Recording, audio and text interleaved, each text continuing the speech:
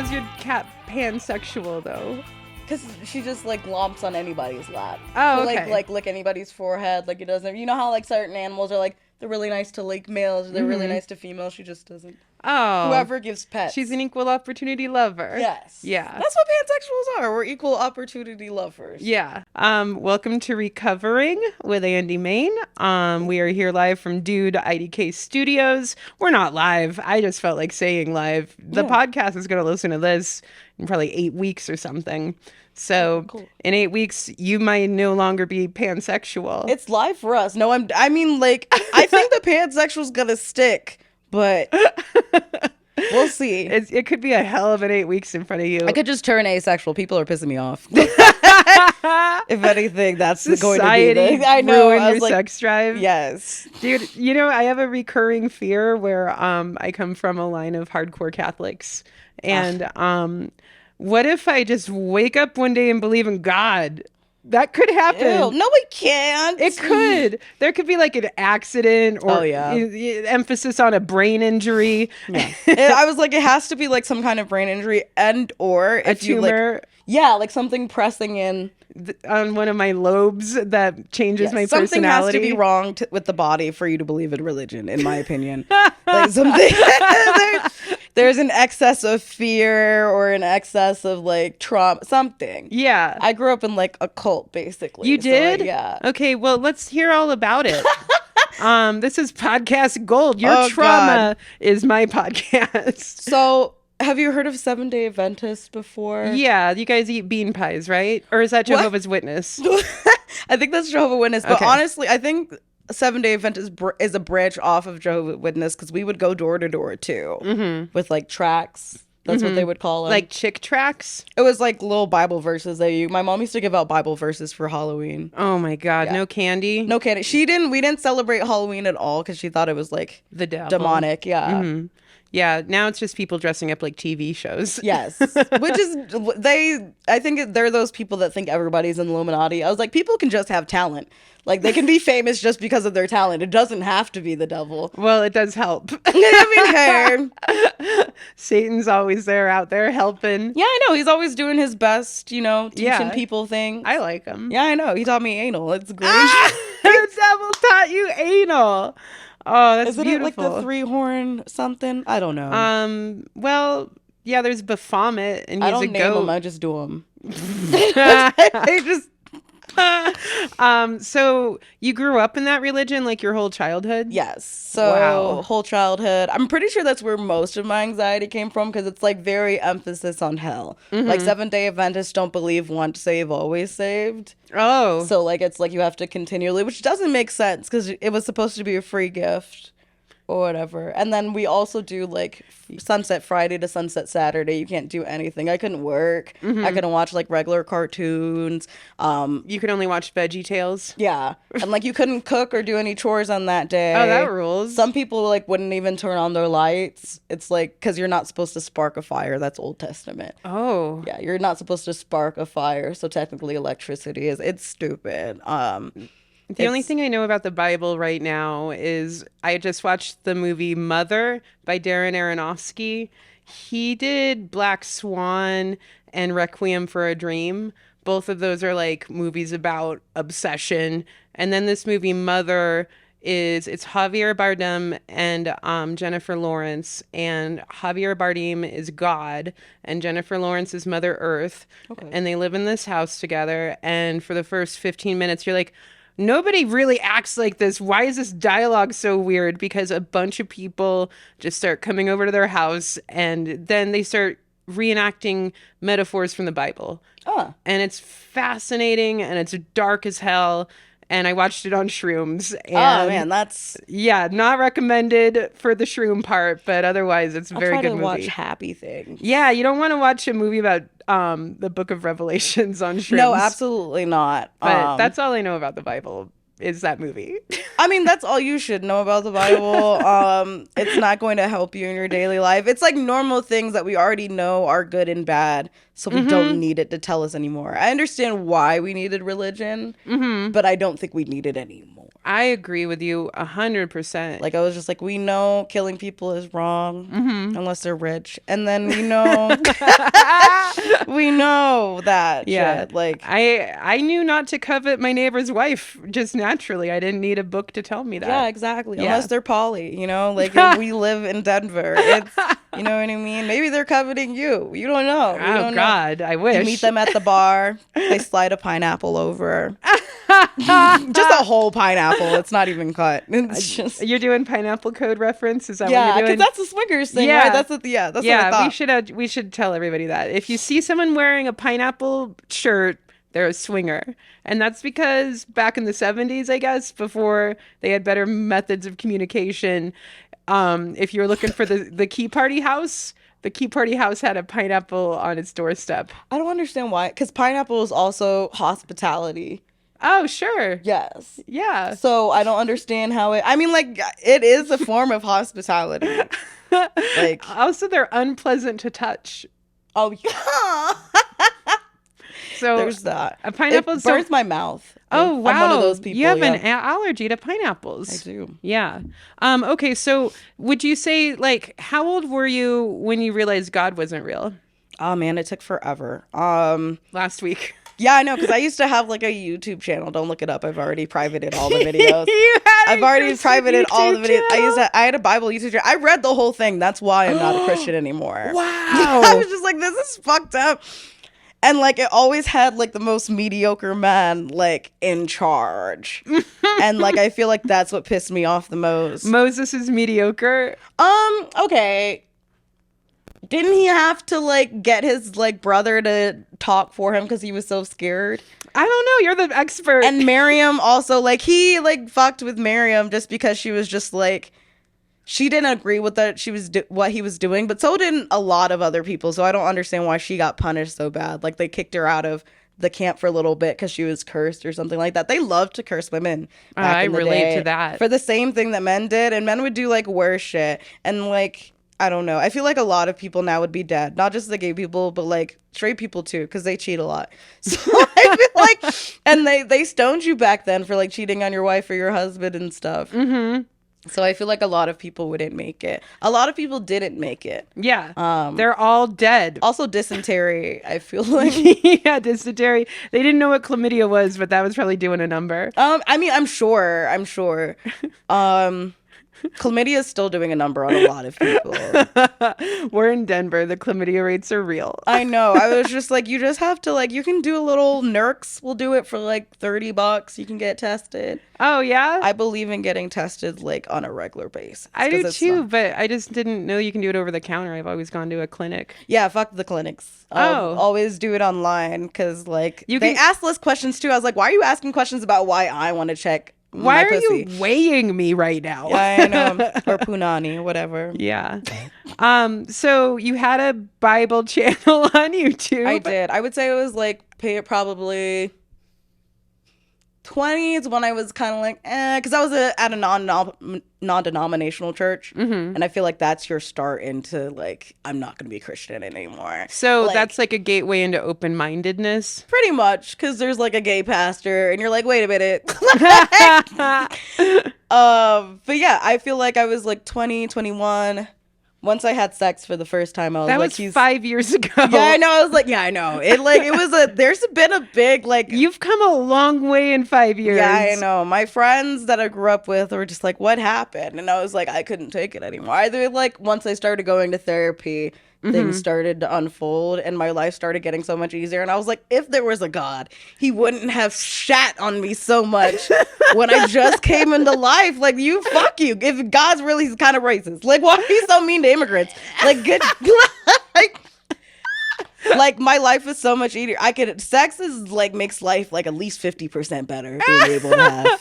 or vibrators. No, I mean, like, I was doing it all. I was like, because there was no masturbation either. Yeah. Growing up. Wow. Like, it was shamed. Yeah. So like, I was definitely, I feel like that's why there was such like a pop afterwards with like me, because I do like burlesque shows and like naked shows and stuff like that. Yeah. I feel like once I realized it really doesn't matter, I was like, oh shit, it really doesn't matter. Now I'm gonna try everything that I was like not trying and like, Oh, I yeah. love it. You're such a sinner. I am. Oh my God. I would go straight to hell, but me and Satan are besties anyways. We have bracelets. It's real cool.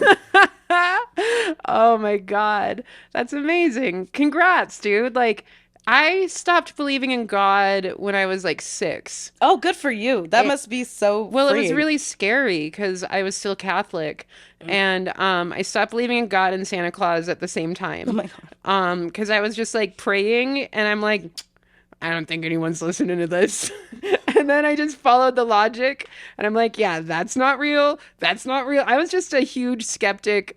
And then if I tried talking to any authority figure about it, they'd just scream at me. Yeah.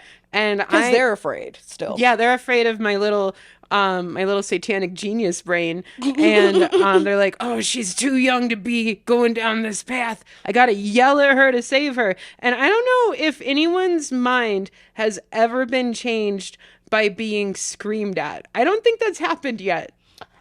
Period. You have never been in a Jamaican household then, because Oh. like I would disagree. You're just stronger willed than I am. That's a strong willed ass kid. Because Catholicism, other than Seventh-day Adventist, because Seventh-day Adventist is burned forever. Like there is no purgatory, there is no like let out. You just burn for eternity, which I feel like is like a little dramatic. You'll get used to it after a while. Yeah, I know. I feel like you would get used to it. I already take pretty fucking hot showers. I'm preparing myself. And you had me in Florida. Are you fucking kidding me? Yeah, 90 degrees and 80% humidity. Yeah. I'm fine. Like I moved from Portland where it's cold to here where it's hot, and I got used to it. So I'll be fine in hell. But that's because you don't believe in God. And Oh. that's no, yes. Like it's where your soul, like it gets cold and that keeps you like at a good temperature. My cold soul keeps me cool in these hot Denver nights. Yes. I love it. I love it. Yeah. But yes, I'm proud of you. Like that's a smart 6-year-old. Yeah. Well, the thing is that I didn't believe in God, but I was still really scared of the devil. And that's just fun for me to be scared all the time of stuff I can't control. That's like a major theme in my life. But at the same time, and I gotta edit this because like I was 8, I wasn't 6. I said the wrong age, so let's not give me too much credit. Early. Very young, yeah. At the same time, there was that TV show 2020. Have you ever heard of that show? But like Barbara Walters. Investigative reporting. It was like one of the first true crime tabloid TV shows. And they had an exorcism on the show. And it was like this lady that was like, just talking in tongues, Satan voice, like a little girl. And so then for several years, maybe up until 6th grade, I wasn't unconvinced that I could wake up and be possessed by the devil at any point in time. I mean, I feel like the world that we live in, even living in a country that's technically better off, I feel like believing in a devil would make more sense than like a loving God. Like, like when I stop believing in God, I stop believing in everything. Like no tarot cards, no like sky signs, nothing. I don't believe in anything. Because I would peg you for a tarot card crystal person. No, I just have a lot of friends that are into it, so I know it. White girls. I have a lot. They know my sign. They know my sun sign, my moon sign. I just ask them whenever there's like a pop quiz or something like that. Oh, you're being such a Pisces right now. Technically, I'm a Libra. I'm a Libra Virgo cuss. Oh, okay. I'm a Libra too. See, there we go. Yeah. The balance, I guess. I had a scale, and I put drugs on it. I mean, if you put drugs on that's both the of most the Libra scales, thing about me.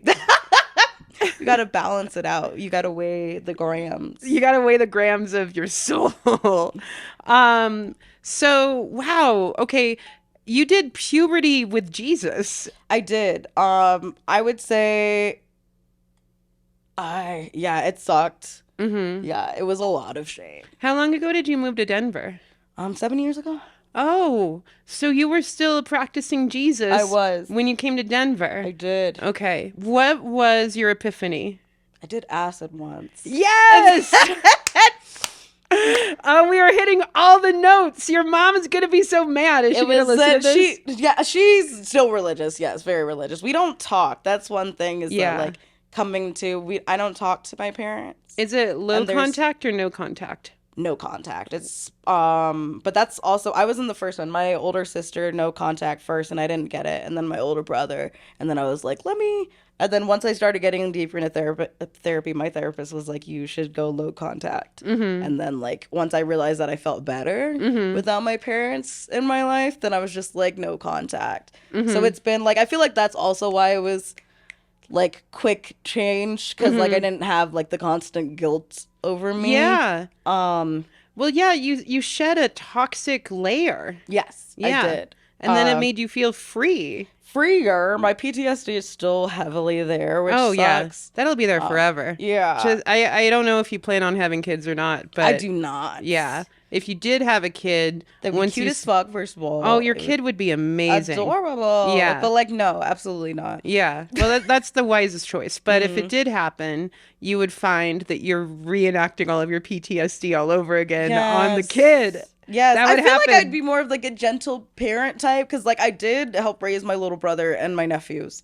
So like I do have like a different parenting style. I just feel like the reason why I don't want a kid is because I'm a little selfish, and like, like they're expensive. Dude, they're unaffordable luxury at this point. I feel like they're more like antiques. Like you see like old people that have them and they're nice and shiny, you know. There's a school in my neighborhood that shut down because there's just not enough children in the neighborhood anymore to support having the school. Well, we can barely support ourselves. Yeah. No. Yeah. It's one of my friends was telling me that plants are the new pets and pets are the new kids and kids are the new exotic animal. Absolutely. An endangered species. They're an endangered species. And I'm very retro to have one. Very retro. Yeah, that's right. I mean, capitalism did a number where it's like, on one hand, capitalism wants all of us to have as many kids as possible so that they could be farm ants. Exactly. But now capitalism got turned up way too high to where it fucked itself, and now I'm not going to have anyone to pay for my social security. Yes, exactly. I'm paying into social security, but I'm like, oh, that's my little treat to y'all. Yeah, like, that's my tip You're to welcome. you. I'm not going to get it when I'm that age. Yeah. I'll probably get like $300 or something. Yeah. Fuck. Man, I better retire soon. Yeah. I mean, I have a 401k. I'm saving it in my shit now. So. Yeah, dude. Save 10% if you can. Yeah. And then you don't even... 10%? Yeah, man. And then you won't even notice it. If you start now, you won't notice that you're losing... that. I'll do 10%. I'm at 7% now. I'll do 10% once you make a little bit more. Yeah. Yeah, once I make a little bit more, too. There you go. One of my other deepest fears, aside from getting possessed by the devil, is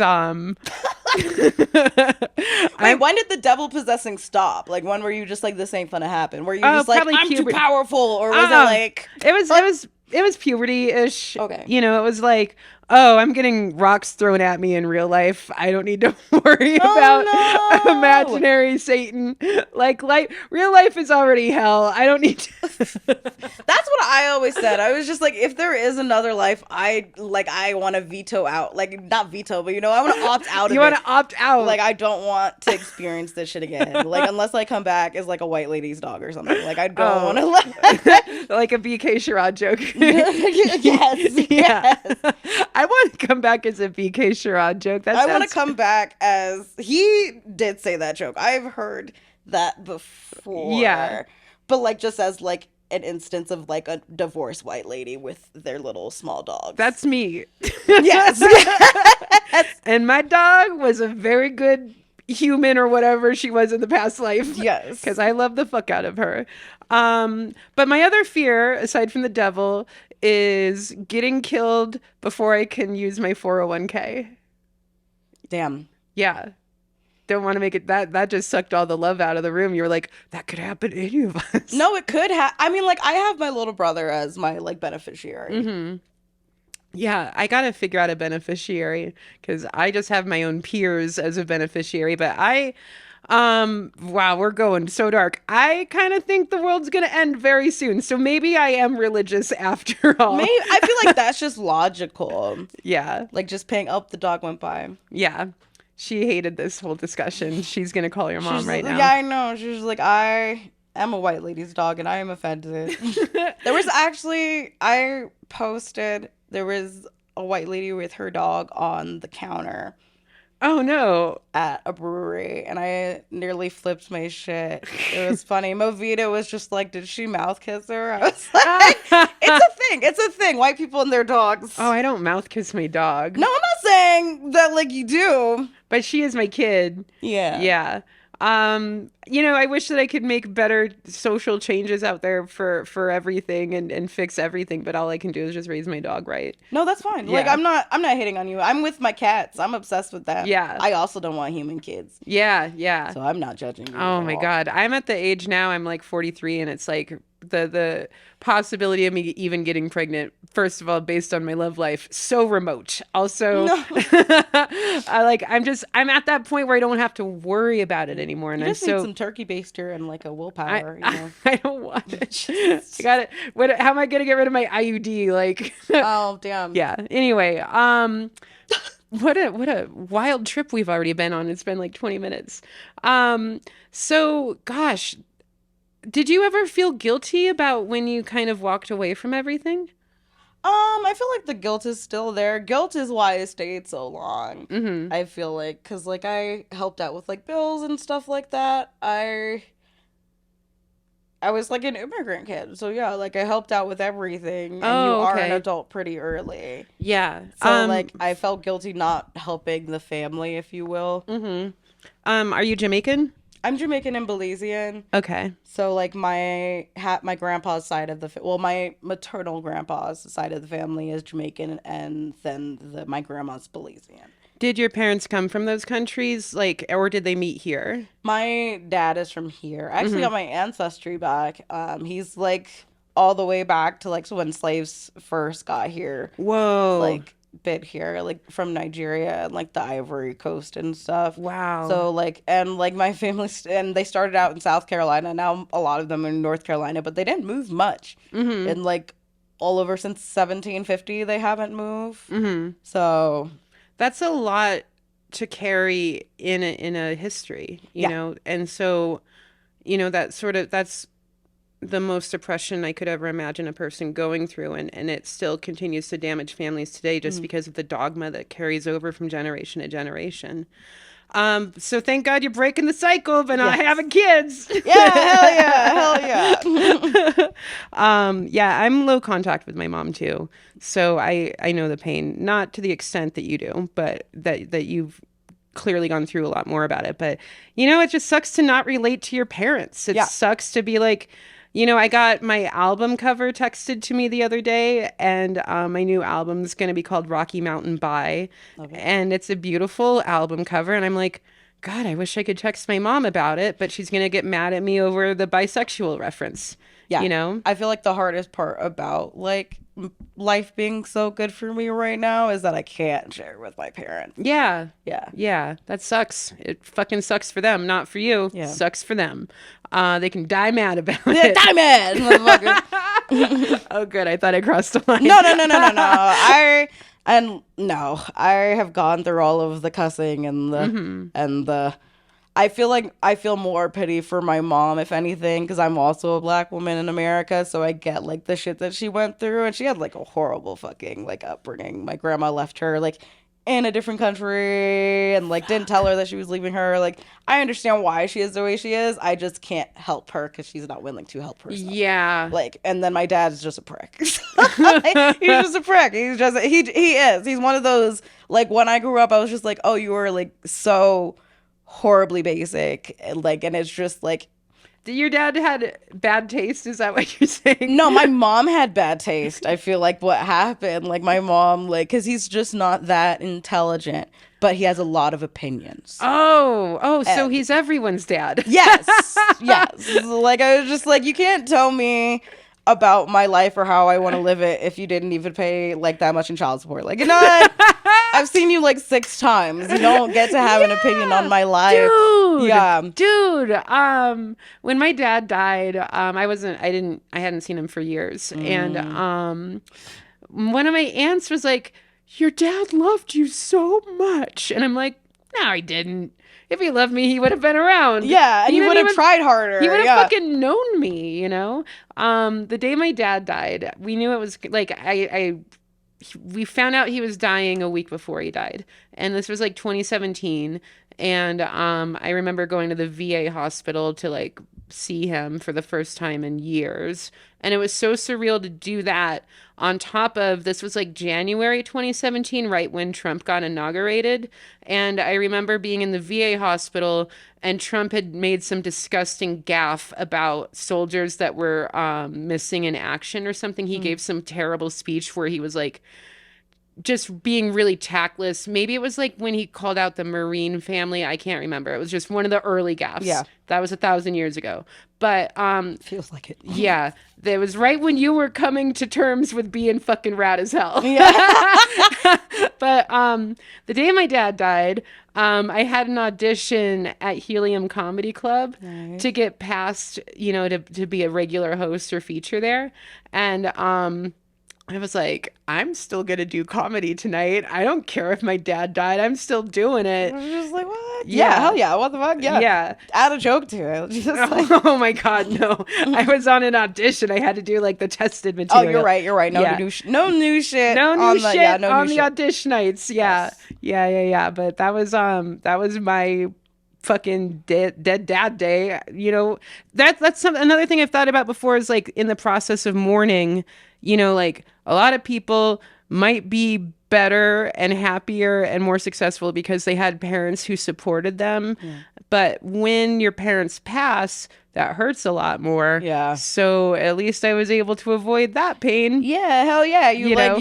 There's a blessing in disguise. Code. Yeah. It was just like, I didn't really want him to live that long anyway. Like, he was annoying the shit out of me. Yeah.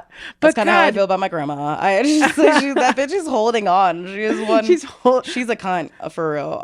She is. She's not a good person, I swear to God. And I look just like she did when she was my age. And my mom looks just like her too. So it's just like, she was just not a good person. Yeah. She used to make fun of me as a kid. She was like not good. Gross. I feel like she probably knew I was gay before I did. She was probably gay. Maybe she just felt bad because she didn't get any coochie. Yeah. She's like, I want it. I wanted some, but I was bold enough to go. You were bold enough to go. Other grants had not gone before. In the holes the grants had never before explored. Just going into black holes, like that's and white holes. And white holes, all the holes, I'm a multiracial hole giver, Thank you. Thank you for that. You're welcome. It's like the United Nations of tongue. Your body count is the United Nations. I just want us all to get along, Yeah. And orgasms release good chemicals. Yeah, orgasms, that's what we have in common, You and me? The world. This is like definitely like a celebrity, like a disaster's just happened and they like have to get the celebrities together to sing for everybody, Only that's gonna be in a Mad Max reality. Oh my God. When the water wars are here, yes. I'm joining your camp and we're all gonna just have an orgy until we get too dehydrated. Exactly. Okay. And then you just like pass out from that. But it's a good pass out because you just like fall out and you're asleep. Yeah. And then the sweet release of death. Yeah, the sweet release. First the release of orgasm and then the release of death. Oh, I can't wait. Which I heard is final. So yeah. So you have an amazing joke about being non-binary, and it actually opened my eyes a little bit because I'm clearly not a feminine woman. I do identify as cis just because like I grew up in the 80s and we only had two genders back then. Yeah. I think that if I knew that non-binary was an option, I would have chosen that as my identity, or I would have chosen Chunk from the Goonies. Oh my God. Because that's what was hot right then. I identify as. Dude, seriously, like I looked exactly like him as a kid. But so I would you like to explain how you came about to discover you were non-binary? Yeah. I would say that it was mostly therapy. Mm-hmm. Just because I was just like, well, I feel this way, or I have dreams like this. Let me try to get into more detail. Yeah, I was just going to say, be vague as fuck. I was like, can you please elaborate? Yeah, please elaborate. Because you know what I'd love to hear about is your dreams. Oh God. Okay, so like when I was a little kid, I used to have dreams that like I had a dick. Wow. And I would be like terrified. Yeah. It's like, what the fuck? And I'm not. Is it a big? I'm not trans. It would just be Yeah. sometimes. Like I'm not trans. It's just I'm like some days I feel more masculine, some days I feel more feminine, right? And like I used to be so terrified, right? Like because I was like I never told my parents Of your big spiritual dick. Yeah, I know, my big old dick. Like it was a sizable, I am black, Yeah. So it was like, and then like just being ashamed of that, and then like I used to also like call myself like Max and everything like that. I feel like the first time that I ever got shamed was when I had a crush on my friend Sam in kindergarten. Oh, And cute. yes. And my parents were like, "No, you can't have a crush on a girl. Like that's How did not they good." know that it was a romantic crush instead of just kids playing with each other? Well, I told them that I had a crush on her. Oh, okay. I didn't know it was wrong yet. Like I Okay. didn't know like they hadn't discussed like we're in Florida, so same thing. Like I didn't know there was other genders. Like Yeah. I didn't know like there was an option. I didn't know like I used to cry when they would make me put on dresses and shit. Yeah. To be fair, dresses back then were mostly tulle. Tulle? Like the fluff shit. Like Oh. the scratchy. Yeah, that I makes think the of dress them as puff. peasant dresses. Yes, Is that that's what it was. I mean, we were poor. Yeah. And when you go to church, you have to, I don't know why you have to dress like a Victorian when you're going to church, but like that's. I don't know, because Jesus wasn't around back in the I Victorian don't, times. yeah, I know. Yeah. Did you have to cover like every inch of skin on your body? Yeah, like Oh, ankles, that's- there was little in tiny fucking socks and stuff. Florida? I know. It was hot. Oh. It was hot. Oh, that's so Catholic. Yeah, it's very, yeah, no, I mean, like, it was very oppressive as a religion. But, like, I feel like I came into the non binary where I told my therapist about those things. And she was just like, hey, like, have you ever thought of, like, the spectrum? And, like, everybody has, like, male and female attributes. But, like, some people, it's a little bit deeper than that. And we started going through discussions of it. I also have a lot of friends that are trans, but I never thought that as my journey. I would just defend them because, like, I believed them. Like, I was just like, I'm not going to tell you who you are. You're your own person. Like, if you're telling me you feel this way inside, I fucking believe you. So I felt like it was the empathy. It was sympathy turned to empathy. Okay. Again, I don't feel like I'm trans. Yeah. I feel like, because, like, some days I, like, love a fucking dress and, like, showing my tits. Like, Yeah, and we love it too. yeah, and then some days I like wearing like Yeah, stud dude. clothes. Like I just You're a fucking Denver hipster right now. In that I know flannel. I am like All you need is an yes. IPA. You got I your tattoos love out. IPAs actually. I do love IPAs. Yeah. But yeah, I feel like that was the journey, just like being open, because Denver is very queer. Like I heard somebody say it's white Atlanta. I don't know where. It was on Facebook. I don't know who it was. It was some random account, but it's white Atlanta because it's all like whole bunch of like queer people in the city, and then like how like black people are like in Atlanta, and it's all queer. So it's like that. Yeah. Did you not know Atlanta was queer? You looked at me weird. Oh, well, I was just thinking about like my experiences in Atlanta recently, and they were hella gay. I've just been there like 3 times. Do you feel like I have a lot of gay friends here, so I go to a lot of gay clubs, so I feel like I have a lot of gay experiences here. Yeah. But maybe not as much as Atlanta. Well, like I was just doing comedy, and every show was run by a gay man, so there was a lot of trickle down gay theory happening. Yeah, it's pretty trickle down queer. Let's not talk about what's trickling down. Yes, I feel like Denver is on the up and up. I feel like Denver's just smart. Like we want to know different things, and the psychedelics help with the open mindedness as well. There's a balance. Let's be Libras here. There's a balance to like how helpful psychedelics can be versus people just using them because they want to get fucked up. Yes, And I agree. yeah, and I do not think they are going to make you a better person, but they could make you think different, and they could make you not think at all. Like you have to like you have to temper yourself for sure. Yeah. I haven't ever had a life-changing experience on psychedelics. I've only gotten fucked up on them. Really? Yeah, and I've done a lot, but it was purely just to get fucked up. Maybe, I mean, Actually, I'll talk about this. And this just happened on Sunday. And there was a little bit of shroom, just a tiny Just a little bit tiny of bit. shroom, a micro dose of shroom. Was it like a microdose for you or like a microdose for other people? I was on a tiny little shroom. Okay. Yeah, post High Plains shrooms. And I was in the Flatirons, which is like a mountain range that you can hike with your dog off leash. And I fucking love it there. That's my church. If we're gonna call a thing a church, that's my church. Oh yeah. And I it was like I woke up after High Plains and I was like, well, what are you gonna do with your life? Let's go hiking. And then I was like, what if we took just a little bit of shroom and got a little bit more into nature? And then I decided on a gut level instinct, like, to do the hardest hike there. Oh And man. I'm really scared of heights, and that's been something I've been overcoming with this whole hiking experience. Like, you've only known me for maybe a year now. Yeah. You've known me as a sober person the whole time. Yeah. You've known me as a person on the thinner side of the spectrum, but the my whole life up until you knew me, I was a lot more overweight and a lot more drunk. So I'm a new person, but you didn't know the old person. Anyway, I'm still getting over some of my past while I'm hiking. And one of those things is to come to terms with being scared outside and dealing with heights. Anyway, I did this really hard hike where it was very steep, and then there's this ledge.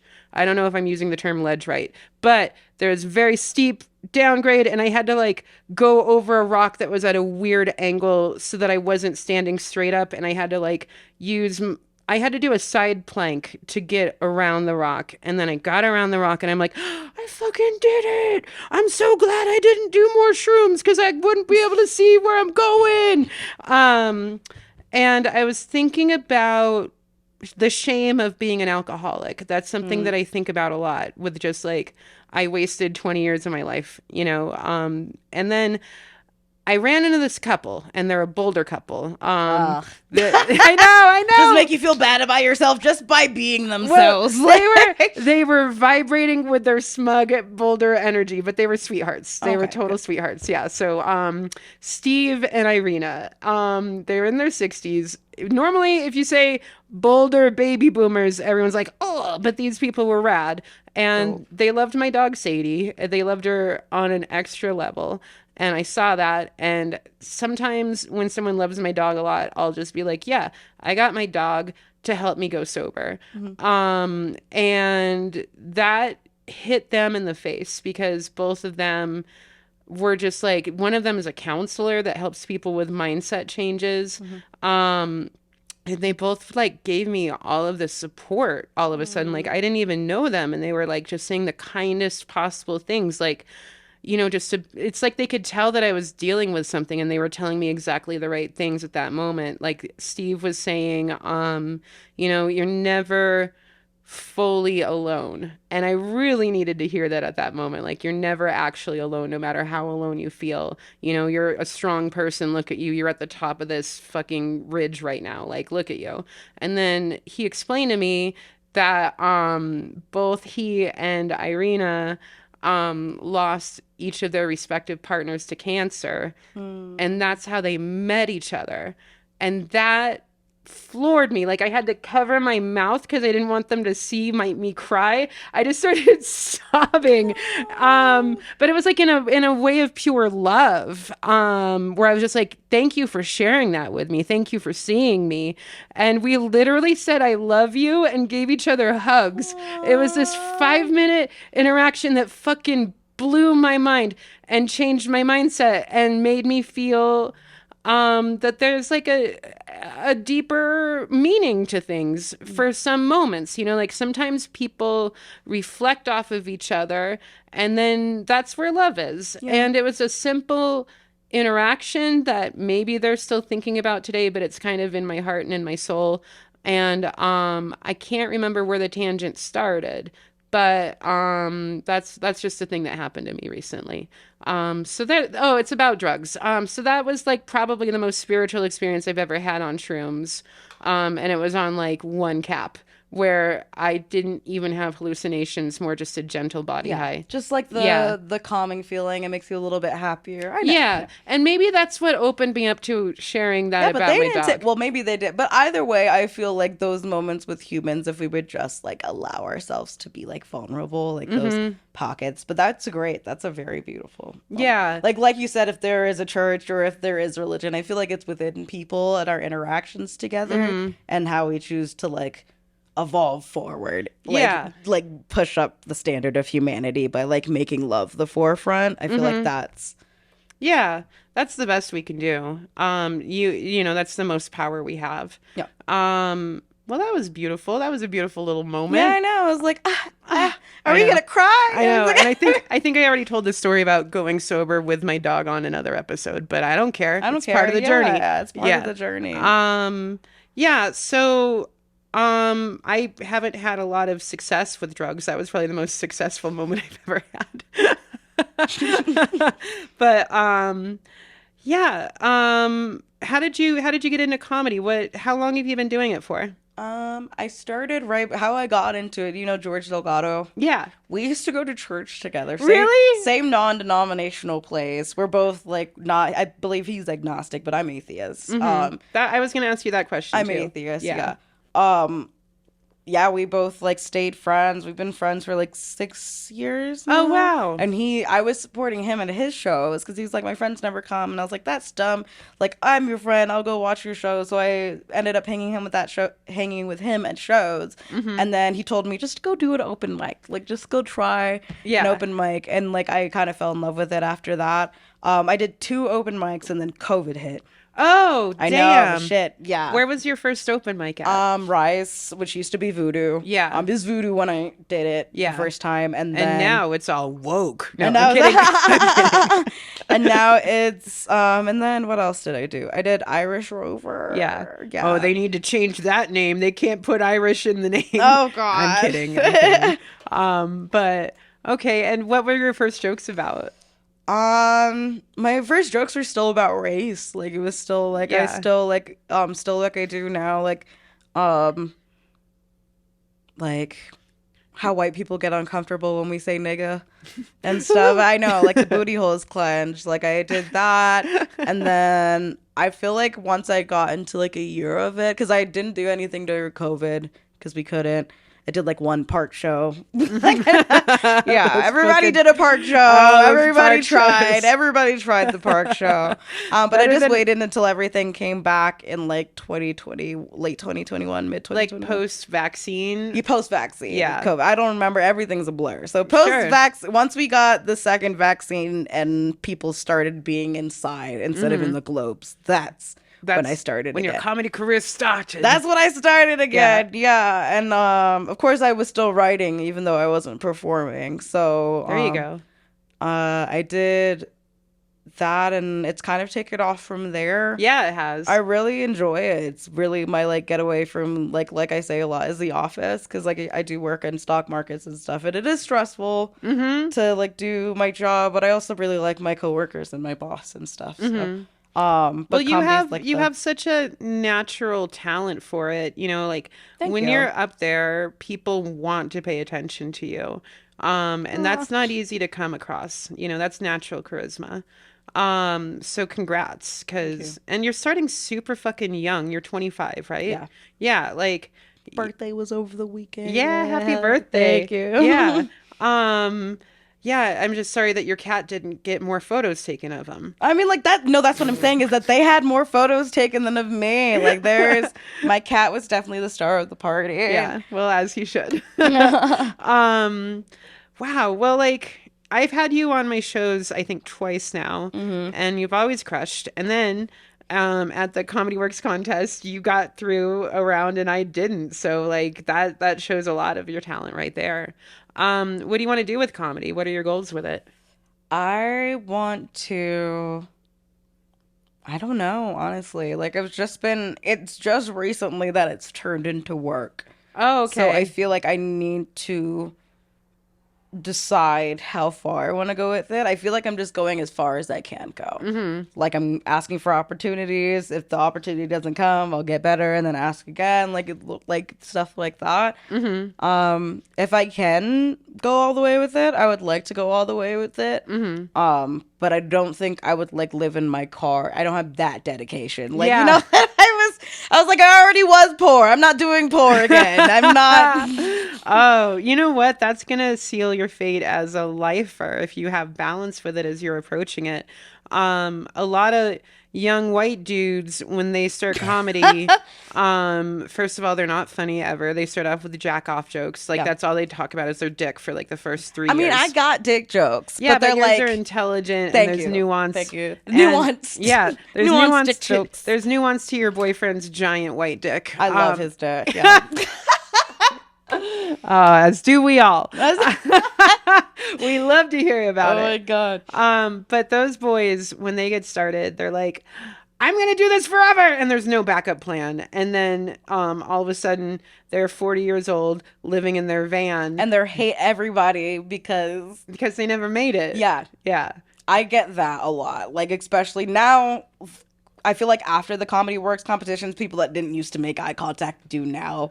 Ooh. Yeah, it's like... That's not cool. I know it's not. That's why when I'm complaining on Facebook, I was like, I know I sound a little sassy, but I'm like, for real. Like, people can be like... I feel like it's mostly, like you said, the comics that have nothing else. I feel like when people have nothing else, they get really like... what is Territorial. that thing? Territorial, but like, what's that thing with the ring? Oh, like... That my precious my guy. Precious. Yes, it's very that with it. And I was just like, that's the nerdiest reference you and I could possibly try to land. We're like, oh, what's his name? Yeah. Yes. But it's very that. Like, I feel like if you have nothing else, and it's very that. I was like, I have my job, I have my friends, I also do music. Like, I also like write poetry and stuff like that. So like, it's like I have other things to like, and if you, like you said, if you double down and this is your only thing and it doesn't work out, you're gonna be pretty pissed at people that like. Oh, that's me. No, because you're actually good at it. I actually laugh at your job. All right. Well, I'm funny but unsuccessful so far. I am working on bitterness. Do you feel like you're unsuccessful? Oh yeah, totally. Like, okay, I'm in my 40s. Because for me, when I mention your name, remember when that one time you wanted me to open and host for you? Oh, yeah. Like, people are like, oh, that's super big. Andie's, like, really good at comedy and, like, the fact that they would do... So, like, I've never, like...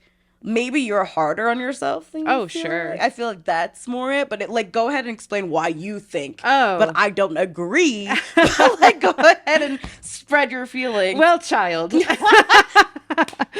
I'm in my 40s and I've done a lot of cool things. I've got a second album coming out. I'm friends with really cool people, but I'm never going to make it at Comedy Works. I'm getting passed by. I'm at the stage now where I'm watching people who are a lot younger than me and a lot less experienced than me get really cool shit that I never got. And so that stage is currently happening, and it's something that I have to adjust my mindset towards because it's going to keep happening, and comparison is the thief of joy. Yes. And I know that I need to just like stay focused on the only thing that I can control, which is how funny I am. So, you're fucking funny. Oh, thank you. Yeah. Thank you so much. I do believe I'm funny. I hope that's not terrible. I hope that's not a career-ending thing to say out loud. No, it would be dumb. Yeah. White men say that all the time, and they're not. So, like, yeah. Like I'm on a major record label. That guy wouldn't sign me if I wasn't funny. But also, and this is cute. I'm on Blonde Medicine Records, and they sponsored High Plains. Okay. Yeah, and they have a ton of very hilarious and huge names on their label. When I was getting ready for, like, I guess the final draft of what I thought my second album should be, when I was like done with the outline of all of the jokes and kind of like it felt like a skeleton, and then I was like at the stage where I'm going to put the meat on the bones, if that makes any sense. I was talking to the director of that company, Dominic Del Bene. We were having lunch, and I was like, So, do you think that for my second album, I should be working on stuff that's more commercially viable? Because I want those. The way that albums make money now is by selling tracks on Sirius XM, and you get a track to play like 4,000 times, and you get $3 for it. Like that's how the industry works. God damn. I know. I get these quarterly statements sometimes for like 50 cents. And Oh I'm my like, God. you guys spent more money putting this statement together than it paid either of us, you know? And so Do they mail the statements? they email it to you. Oh, okay, that's better. I Yeah. was just like, how are you? They're losing money on the stamps. That's what I'm saying. I was like, stamps are expensive. I hate buying fucking stamps. I'm like, it's paper. Why is it still fucking? But I was talking to Dominic and I'm like, so should I work on making more commercially viable stuff? Should I be more relatable? What should I be thinking about as I conceive this next album? And he said, and this is nice, he said it in a nice way, but he said, Andie, you're the lowest selling artist on my label. I want you to be the Andiest Andie that you can ever be. Good. And that's pretty much my career in a nutshell, where I'm talented, but I just never have gotten a break. Yeah. And when you look at people in their 40s locally in comedy, there's not a lot of us. There's 30-year-olds, there's 20-year-olds. There's like me and two other comics I could name who are women. That's what I was gonna say. You're also a femme. You have to give yourself credit for that. You're like, comedy's just now becoming more open to like people other than like white men, straight white men, and then like some black dudes. Yeah. Like it's just now becoming more like Wanda Sykes was like, what? She was like floating all by herself. Yeah. She was like been doing it for 30 years, I think. Yeah. Yeah. And like I feel like it was probably, maybe I'm wrong, but I feel like it's harder for females to like break through. So like you could also give yourself credit for that. Yeah. Like, it's just that like there's no one my age except for like the Grawlix guys, and they're all very successful. Yeah. So and I shouldn't compare myself. I shouldn't. I know that, but it's impossible not to. But my peers all have TV credits, and I've got a very low selling album. So, you know, that's where I get hard on myself about feeling unsuccessful. Yeah. That's where that comes from. It's a cautionary tale. I've also always been extremely hard on myself, and I can feel it. Like you're like, it's how I talk to me, so I'm not judging you. I'm just trying to put in soft words while we speak. Yeah. Thank you. But this isn't about me. This is all about you, Roxey. I feel like it's about us. I feel like we connect on a different, like when you said I just met you, I feel like we connected on a different level when we first met, and then like the connection guy, we like didn't see each other for months, and then we're in the same room together and we're like picking it back up where we started. So I feel it's another, I don't like to talk to everybody. I don't know if I make that clear because I'm very kind, and I don't feel like you have to be mean to be introverted. You don't have to be mean. I feel like people try to act like it's a mean thing. It's just like, I have, like, I'll smile and stuff like that, but it doesn't necessarily mean I want to be close to you. Yeah, like, that's the thing that you put on your Instagram the other day, and I wrote back, damn. Yes, yeah, because it's like, it's we only live for so long. There's billions of people. Like, I want to spend the time with the people that I feel like add to my life. Not just think I'm cool. Like, that's nice that you like me. But, like, I don't, saying that I don't like you or, like, I don't want you to succeed. I just don't necessarily think we, like you add to my energy. Not me. At all. Not me specifically. I feel like you add to my energy. Just those people out there, they don't like, add to our energy. Yeah, and I feel like it's just very, like, I got bullied a lot when I was a kid. Yeah. So, like, I feel like did you grow up did you go to a white school or a black school? I was in Florida, and it was like I went to private school for a little while, and that was white because I was a scholarship kid, so I got like I was smart or whatever. And were you in like one of those gifted programs? Yeah. So I like we got to go to school for free, so it was all white, and I got bullied for that. Especially since like my puberty started before. You were an early bloomer? Like, yeah. Oh, so you got boobs before everybody? I was in third grade with huge tits. No. Like, it was so embarrassing. Oh, man. I hated it. Like, I make jokes about my tits being too big now, but it really was like a That's dangerous. Yes, I was like very self-conscious because I wasn't sexual at all. Because again, I didn't have sex until I was like 2021. So like I was just, and now it was you're just making up embarrassing. for all that lost time. Fucking marathon.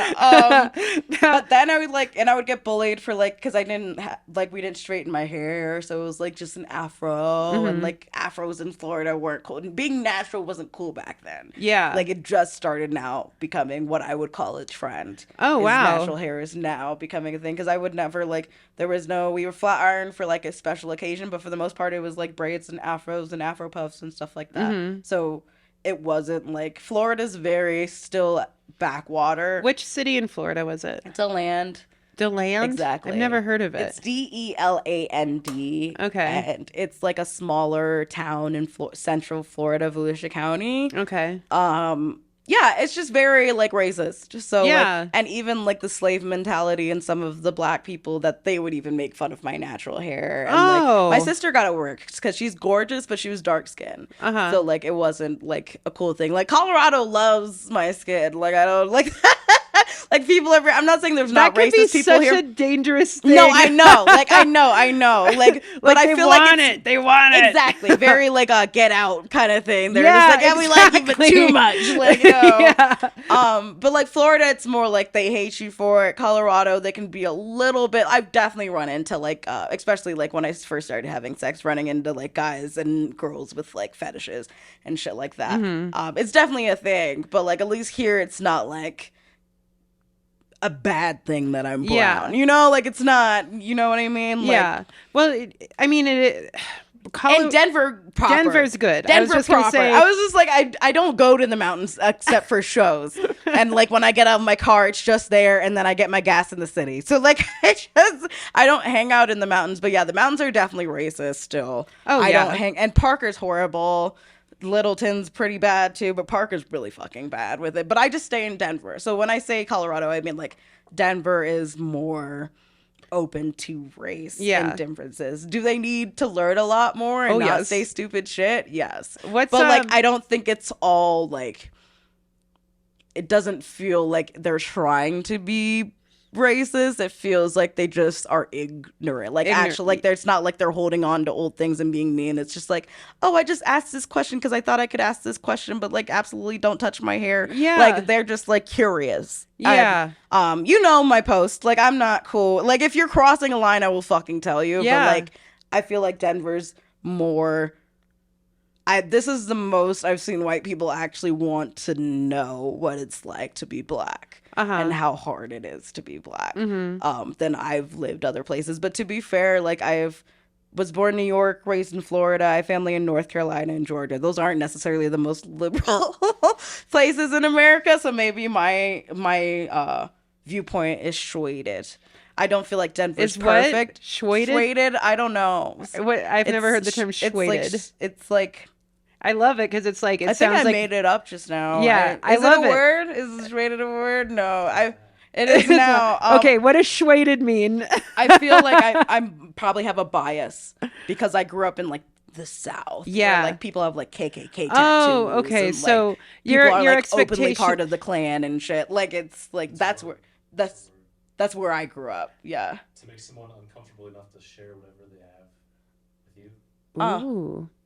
Ooh. I didn't use it properly. No, but that's a hell of a thing to do to I someone. have a lot of words up here. They don't necessarily come out when they're supposed to, That's but okay. they're there. I love that I word. was a spelling bee champ. We're there. They're there. Shaded to make someone uncomfortable enough to share stuff with you. That's disgusting. That's this podcast. Oh my god, that's what podcasts are. Actually, they're just like, would you like to talk about your deepest traumas? Have you as a white lady who means well, I think yes. One of the things I'm most terrified of is trying to relate with a friend who's a person of color and accidentally offending them. That's like BK Sherrod, to bring it up again. He has a joke that terrifies me because it's something I would have done. Oh, the camera joke? That joke I do know. That joke is fucking hilarious. Yeah. Just to give everyone else context, BK's on a beach in Oregon. No, don't apologize. Don't apologize for your joy. But BK's on a beach in Oregon, and he's just walking down the beach alone, and then a group of Indian people are on the coast, and one Indian guy they're all about to take a photo, and they ask BK to take the photo for them because they just see him walking by. Helpful white lady, which could have been me in this scenario, is like, I'll take the photo, you get in there. But he doesn't know the people. So it's a hilarious and awkward situation. But my question was going to be, have you had experiences where a white savior's come in and to try to help and then they fuck it up really bad? Yes. I feel like Denver's less like racism, more white savior racism, where they don't realize that, like, I do not need your help right now, I'm perfectly capable. Yeah. I've gotten that a lot. Do you have any examples of that? Or you can think about it and we can come back to it. Yeah, let's think about it and then come back, because I don't want to offend nobody. Oh, well, you already called your grandma a cunt, so. I did, but she deserved it. She knows what she did. She knows what she fucking did. Okay, You know what? I feel like there was one time I was going for interviews, and she was trying to compliment me, and I appreciate her. She was saying that, like, the whole thing where your name being different, because it's a thing on the application, like, because my real name is Rayleigh. Right, so, like, how do you spell it? RAI-LEIGH. Okay, so that's going to read as a black name. Yes, exactly. Yeah. Yes. So I was telling her, I was just like, well, there is still discrimination out there. And, like, when I show up to the interviews after the phone call, like, sometimes I don't get, like, the greeting that I was hoping for. And she was just like, no, you're just so great. Like, that stuff doesn't matter. And I understand where she was like, you're talented. That stuff doesn't matter. I was like, that's the point, is that, like, even though I am talented and intelligent, and I'll, like, toot my own horn. Like, yeah, you are. I graduated from high school early and with college credits. I'm pretty fucking smart. Yeah. And she just, like, she basically capped my emotions. She's like, no, that's not a thing. Or even when I started dating for real, not just fucking around, just dating for real, and I was just afraid to go home to my significant other's parents, and she's like, that's not really a thing anymore. Oh, dude. And, like, stuff like that, or, like, people that will, like, when I first did, before I cut all my hair off, because you met me when I was still kind of bald, still, I used to have a huge afro, and just walking down the street, and, like, people putting their hands in my hair. No. And then that's expected, but then my friends at the time, we're not really friends anymore. They were just like, well, your hair's different. People are curious. You got to expect. I was like, I don't have to expect shit. I'm not a dog. I don't have to let you pet me. It's just different things. I get people asking to touch my hair too. Yeah. And I'm just such a people pleaser that I'm like, yeah, dude, it feels like hair. You can touch it if you want. It doesn't bother me personally, but that's just because I haven't had, like, a cultural experience where it's been, you know, another thing that's been weaponized against me. Yeah. But never fucking walking down the street just trying to think my own thoughts. Holy shit. Yeah, just, like, thinking my own thoughts. I don't know these people. I don't know when's the last time you wash your hands type situation. Yeah. And, like, I would say that Denver is very much not overt with their hate or their ignorance. I feel like it's just everything's, oh, I didn't mean to do it, or, like, I feel like it's very much like, if you're the victim, they turn it into them being the victim. Oh, no. I feel like that's what happens, because they didn't realize they offended you and now they feel bad, and, like, they make their situation your burden, basically. Like, they burden you with their guilt. I feel like that's Denver's needs to, like, work on that. Yeah. Because, like, if you feel guilty for something, ask how to learn, and then that's it. Like, and I feel like everybody gets that, like my trans friends get that, like, when people get their pronouns wrong, like, they just, like, oh my god, I'm so sorry, oh my goodness, like, and then they over explain, and then that makes it even worse, because you're like, well, I didn't know because I saw that blah blah blah, and it's like, the more you talk, the more incriminating it's going to be about, like, and it's just like, nobody's calling you a racist. We're just saying that, like, maybe as a white person you weren't aware because you never had to be aware, and we're just trying to tell you, and and then you're taking it too personally. Yeah. And now I'm the angry black girl. And like, honestly, I step into the angry black girl now because like, I'm just like, yeah, sure, I'm angry. I'm so angry. And there's a lot of things I'm angry about. So get ready to fucking listen. Like, that's so funny because you're so joyful. You're such a joyful presence to be around. Yes. Yeah. And so for someone to put you in that mode, they really fucked up real bad. Real bad. Yeah. I feel like if you've gotten me to the point where I'm angry, you deserve whatever you got from me. Because my boundaries are very clear. Like, I'm just like, okay, don't do that with me. Or like, hey, this time I understand you didn't know me like that, but like next time, blah, blah, blah, blah. I make sure to explain myself. I'm one of those people, like used to be a people pleaser, not anymore, but I used to be. But the over explaining is still there. Yeah.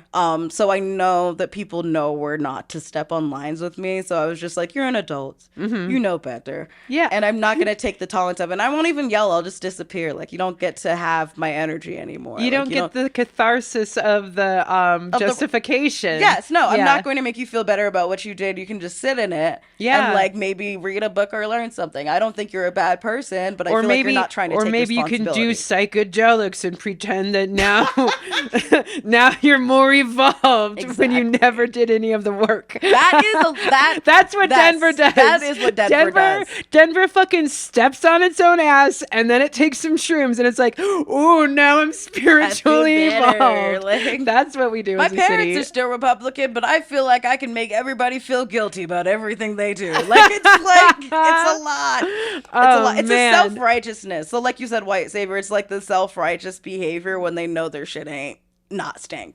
When they know their shit stank. Yeah. Yeah. You're using a lot of double negatives. Shit not stank. That's from Florida, y'all. Like, this is the double negatives. Well, let's Schwaded. I love that.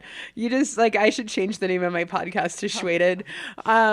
Maybe we should change the name of podcasts to Schwadecast. Schwadecast. Yeah. We're gonna start wrapping up here, as much as this breaks everyone's heart. But what do you do for self-love, and what do you do to make yourself smile? Like, something I do is I have a really good skincare routine, and that's something that makes me feel beautiful and helps me like, decompress after a day. Is like, at the end of my day, I'm going to put on these fancy lotions and it's going to feel a little bit better. So that's how I show myself love. And I'm wondering what you do to show yourself love. I would say like skincare is very much the same thing. Like, I love a good exfoliating glove, and I love like just doing like my nails, if anything like that. I didn't do these were done professionally. But, like usually I have like a little kid at home, and I'll like do my nails and do all the little lotions and oils and stuff like that and just paint them, and it feels nice. Or I'll like do my hair or something. Those are usually really good self-care. Just like, it also is very good for grounding, because like with PTSD, as you know, like you disassociate a lot because your body becomes overwhelmed, right? And you just kind of like boop. So it's like, I don't want to be here anymore. We're not going to be. So it helps me get back into my body and reground, because I'm like touching like my fingers and my toes and like every inch of my body. So I feel like that does help a lot. And then I'll just be around people that are really close to me, like my top 5 groups, like just like be with my friends and like just sit there in the dark and watch a movie or something like that. Like, just don't do anything like hard. Yeah. And just like let myself just be, because I feel like I'm always running around doing something. So you're pretty overstimulated. Yes, I am always, like I'm always doing something and go, oh God. Yeah. So I try to, and I order out, I don't cook, like something just to let me just completely relax and not feel like my worth is tied to what I do, which I feel like is what I'm personally on a journey. What's really funny is that what you do to care for yourself is also part of that Sabbath. That's the key to the Sabbath that you were taught as a kid. Yes, to rest. Yeah. For just like 24 hours, just rest. Yeah. Don't work. Don't play. Like, don't work. Don't make yourself have to do any extra labor than you're like supposed to do. Yeah, it's nice. Yeah, so maybe Christianity is good after all. No, I'm kidding. It did help. Like, I do still have a Sabbath, so like that is true. But yes, that's the only good part of it. That's the only good part. Is the rest part. That and the sodomy stuff. That's the only. Yeah, turning Rebecca into a pillar of salt or something because she looked at Gomorrah. I don't know. Looks like a giant dildo shape, which what she was. Yeah, that's how to punish your wife. I guess. Yeah. I don't know. I didn't read the Bible. I just watched a movie about it. I don't know. I haven't had a wife yet, so I Not don't yet. know how to punish her. you Yeah. know? Well, once again, at the end of the world, which is coming very soon, Yes. I'm joining your orgy camp. Yes. Yeah, and I'm gonna audition to be one of your wives. And everybody has to like get tested before because Okay. we're very safe with that stuff. I feel like people don't realize like sex positive people are usually pretty fucking like, what did you do here? Where's the consent here? Like it's very like rule based, which I like. I like rules and guidelines and checklists. That's my and shit. then you like to throw them all out. Yeah. Yeah. Dude, well, Roxy, thank you so much for blessing my podcast. Thank you for blessing me with this. Yeah, dude, that was fun. That was great. We fucking crushed it. We're basically we're gonna win. We're gonna take over the world. We are. It's our oyster. It's our orgy. It's the world is our orgy. That's the perfect note to end it, this on. Yeah. All right. Well, thank you so much. And that's been Recovery. Woo.